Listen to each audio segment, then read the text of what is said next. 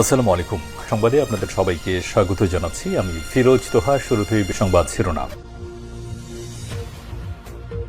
বাংলাদেশের সর্বশেষ গুরুত্বপূর্ণ আপডেট সংবাদে আপনাকে স্বাগত। শুরুতেই সংবাদ শিরোনাম, পরে বিস্তারিত।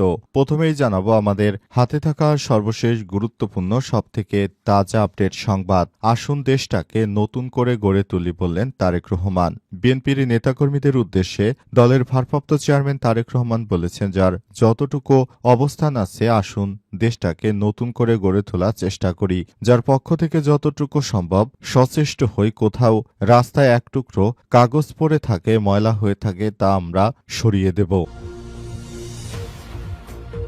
এরপর জানাবো, দল থেকে বহিষ্কার হলেন ময়মনসিংহ জেলা জামাতের সাবেক আমির। বাংলাদেশ জামাত ইসলামের ময়মনসিংহ জেলা শাখার সাবেক আমির অধ্যাপক মোহাম্মদ জসিম উদ্দিন রুকনিয়াত সদস্য বাতিল ও তাকে দল থেকে বহিষ্কার করা হয়েছে। আজ জামাত ইসলামের কেন্দ্র প্রচার বিভাগ থেকে পাঠানো এক বিবৃতিতে এই তথ্য নিশ্চিত করা হয়েছে। এদিকে এনসিপিতে যোগ দিলেন আসিফ মাহমুদ। অংশ নেবেন না নির্বাচনে। জাতীয় নাগরিক পার্টি এনসিপিতে যোগ দিয়েছেন অন্তর্বর্তীকালীন সরকারের সাবেক উপদেষ্টা আসিফ মাহমুদ সজীব ভুঁইয়া। আজ রাজধানীর বাংলা মোটর এনসিপির কার্যালয়ে সংবাদ সম্মেলন করে আনুষ্ঠানিকভাবে তিনি দলে যোগদান করেছেন। এনসিপির আহ্বায়ক নাহিদ ইসলামও সংবাদ সম্মেলনে অংশ নেয়। জানাবো, ভোট ডাকাতির যে কোনো চেষ্টা জনগণ প্রতিহত করবে বললেন গোলাম পরোয়ার। বাংলাদেশ জামাত ইসলামের সেক্রেটারি জেনারেল অধ্যাপক মিয়া গোলাম পরোয়ার বলেছেন, যারা বাংলাদেশটায় বিগত ১৭ বছর ধরে বিভিন্ন সমস্যা সৃষ্টি করে রেখেছিল তাদেরকে প্রতিহত করাই আমাদের সব থেকে বড় কাজ। আগামী জাতীয় সংসদ নির্বাচনে কেউ যদি ভোট ডাকাতির চেষ্টা করে তাহলে তাদেরকে বড় ধরনের খেসারত দিতে হবে। এবং সর্বশেষ জানাবো, চাকমা শিক্ষার্থীকে চাইনিজ বলে হত্যা ভারতের জন্য লজ্জার বিষয়। ভারতের উত্তরাখণ্ডে ত্রিপুরার এক চাকমা শিক্ষার্থীকে চাইনিজ বলে হত্যা করা হয়েছে। গত ৯ ডিসেম্বর দুর্বৃত্তরা বর্ণবিদ্বেষমূলক গালি দিয়ে অ্যাঞ্জেল চাকমা নামের সেই শিক্ষার্থীর উপর ছুরি হামলা চালায়। চিকিৎসাধীন অবস্থায় ২৬শে ডিসেম্বর তার মৃত্যু হয়। তাকে হত্যাকাণ্ডকে জাতীয় লজ্জা হিসেবে বর্ণনা করেছেন কংগ্রেস নেতা শশী থারুর। খবর এনডিটিভির। প্রিয় দর্শক, এতক্ষণ শুনছিলেন সংবাদ শিরোনাম, এবারে বিস্তারিত। তবে তার আগে বন্ধুরা, অনুরোধ থাকবে এই সংবাদটিতে একটি লাইক দিন। এই চ্যানেলে আপনি নতুন হয়ে থাকলে আমাদের সংবাদটি দেখতে দেখতে চ্যানেলটি সাবস্ক্রাইব করে রাখুন। কমেন্ট করে বন্ধুরা আপনার মূল্যবান মতামত জানিয়ে দিন আপনি বিশ্বের কোন দেশ থেকে বা বাংলাদেশের কোন স্থান থেকে আমাদের সংবাদটি দেখছেন এবং শুনছেন। আর বন্ধুরা, সংবাদটি আপনার সোশ্যাল মিডিয়া ফেসবুকে শেয়ার করে বন্ধুদেরও দেখার সুযোগ করে দিন। গাজা যুদ্ধে আপনি যদি নিরীহ ফিলিস্তিনিদের ভালোবেসে থাকেন, কমেন্টে ইয়েস লিখে বিশ্ববাসীকে জানিয়ে দিন। এবারে বিস্তারিত। আসুন দেশটাকে নতুন করে গড়ে তুলি বললেন তারেক রহমান। বিএনপির নেতাকর্মীদের উদ্দেশ্যে দলের ভারপ্রাপ্ত চেয়ারম্যান তারেক রহমান বলেছেন, যার যতটুকু অবস্থান আছে আসুন দেশটাকে নতুন করে গড়ে তোলার চেষ্টা করি।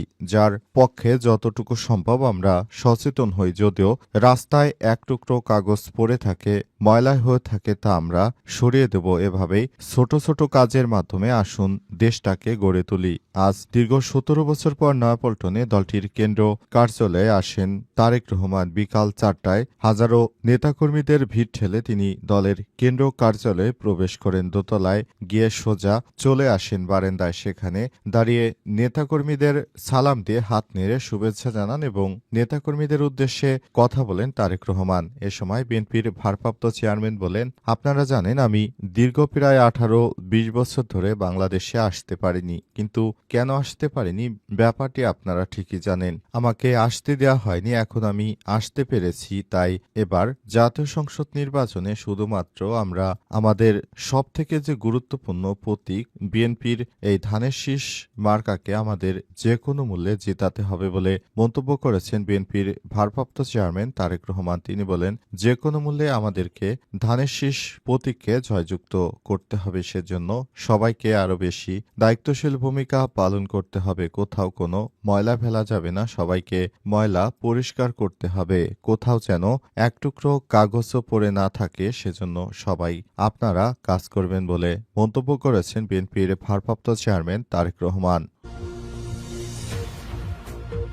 দল থেকে বহিষ্কার হলেন ময়মনসিংহ জেলা জামাতের সাবেক আমির। বাংলাদেশ জামাত ইসলামের ময়মনসিংহ জেলা শাখার সাবেক আমির অধ্যাপক মোহাম্মদ জসিমউদ্দিনের রুকনিয়াত বা সদস্যপদ বাতিল ও তাকে দল থেকে বহিষ্কার করা হয়েছে। আজ জামাতের কেন্দ্রীয় প্রচার বিভাগ থেকে পাঠানো এক বিবৃতিতে এই তথ্য জানানো হয়েছে। বাংলাদেশ জামাত ইসলামের সেক্রেটারি জেনারেল ও সাবেক এমপি মিয়া গোলাম পরোয়ারের দেয়া বিবৃতিতে বলা হয়েছে, আজ জামাত আমির ডা শফিকুর রহমান দলীয় শৃঙ্খলা ভঙ্গের কারণে বাংলাদেশ জামাত ইসলাম মনোনীত ময়মনসিংহ জেলা শাখা সাবেক আমির অধ্যাপক মোহাম্মদ জসিমউদ্দিনের রুকনিয়াত বা সদস্যপদ বাতিল করেছেন এবং তাকে সংগঠন থেকে বহিষ্কার করা হয়েছে। তার বিরুদ্ধে বিভিন্ন অভিযোগ পাওয়া যাওয়ার কারণে তার বিরুদ্ধে এমন ব্যবস্থা গ্রহণ করেছে বাংলাদেশ জামাত ইসলাম। জামাত ইসলামের পক্ষ থেকে আরো বলা হয়েছে, তিনি যেন ভবিষ্যতে আর বাংলাদেশ জামাত ইসলামের নাম ভাঙে কোনরূপ অন্যায় অত্যাচার কারো উপর জুলুম করতে না পারেন, সেজন্য সবাইকে আরো বেশি সতর্ক ও সচেতনতামূলক কার্যক্রমের সঙ্গে যুক্ত থাকতে হবে। সবাইকে নতুন বাংলাদেশ গড়ে তুলতে হবে এবং সেজন্য কাজ করতে হবে। আর এই ব্যাপারগুলো নিয়ে যারাই নানা ধরনের সমস্যা সৃষ্টি করছে তাদের বিরুদ্ধে বাংলাদেশ জামাত ইসলামের যে অ্যাকশন, সে অ্যাকশন চলমান থাকবে। নতুন করে এসব বিষয় নিয়ে যে বা যারা বাংলাদেশ জামাত ইসলামের সঙ্গে গাদ্দারি করবে তাদের বিরুদ্ধেই ব্যবস্থা গ্রহণ করা হবে। সুতরাং সবাইকে আরও বেশি সতর্ক থাকতে হবে বলে জানানো হয়েছে। এনসিপিতে যোগ দিলেন আসিফ মাহমুদ, অংশ নেবেন না নির্বাচনে। জাতীয় নাগরিক পার্টি এনসিপিতে যোগ দিয়েছেন অন্তর্বর্তীকালীন সরকারের সাবেক উপদেষ্টা আসিফ মাহমুদ সজীব ভুঁইয়া।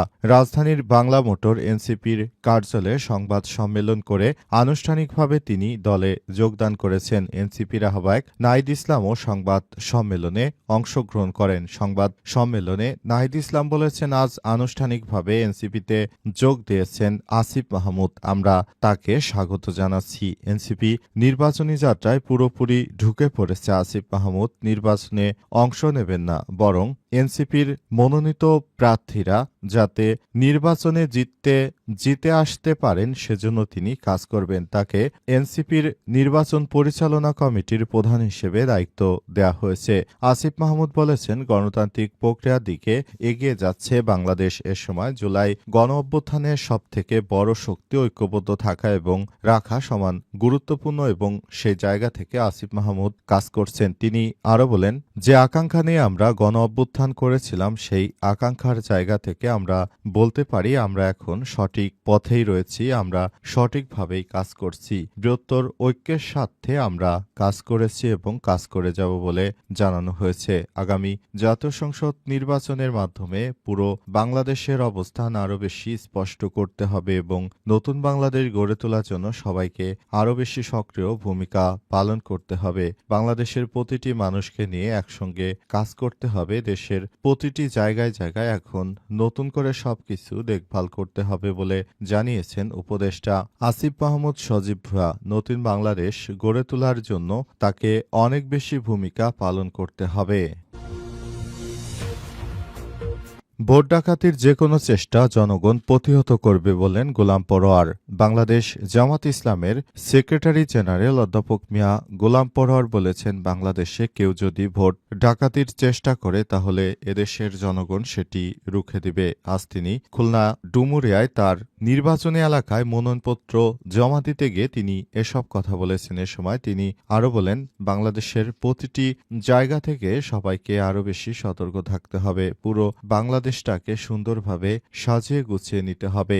দেশের স্বার্থে সবাইকে আরও বেশি ভূমিকা পালন করতে হবে বলে জানিয়েছেন তিনি বলেন, কেউ যদি আবারও ১৭ বছরের মতো ভোট ডাকাতির চেষ্টা করে তাহলে সেটিকে রুখে দেবে জনগণ। সঙ্গে আমাদের নেতাকর্মীরা তো রয়েছেই, নেতাকর্মীরা নতুন করে সবকিছু গড়ে তোলার জন্য কাজ করবে। নতুন বাংলাদেশ গড়ে তোলার জন্য নেতাকর্মীরা যার যার জায়গা থেকে আরও বেশি দায়িত্বশীল ভূমিকা পালন করবে বলে মনে করেন তিনি। সেজন্য সবাইকে আরও বেশি সতর্ক থাকার জন্য বলা হয়েছে দেশের অভ্যন্তরে কেউ যেন কোনো বিশৃঙ্খল পরিস্থিতি তৈরি করতে না পারে, সেজন্য পুরো বাংলাদেশটাকে বাংলাদেশ জামাত ইসলামের নেতৃত্ববৃন্দদেরকে ঢেলে সাজাতে হবে বলে জানিয়েছেন তিনি।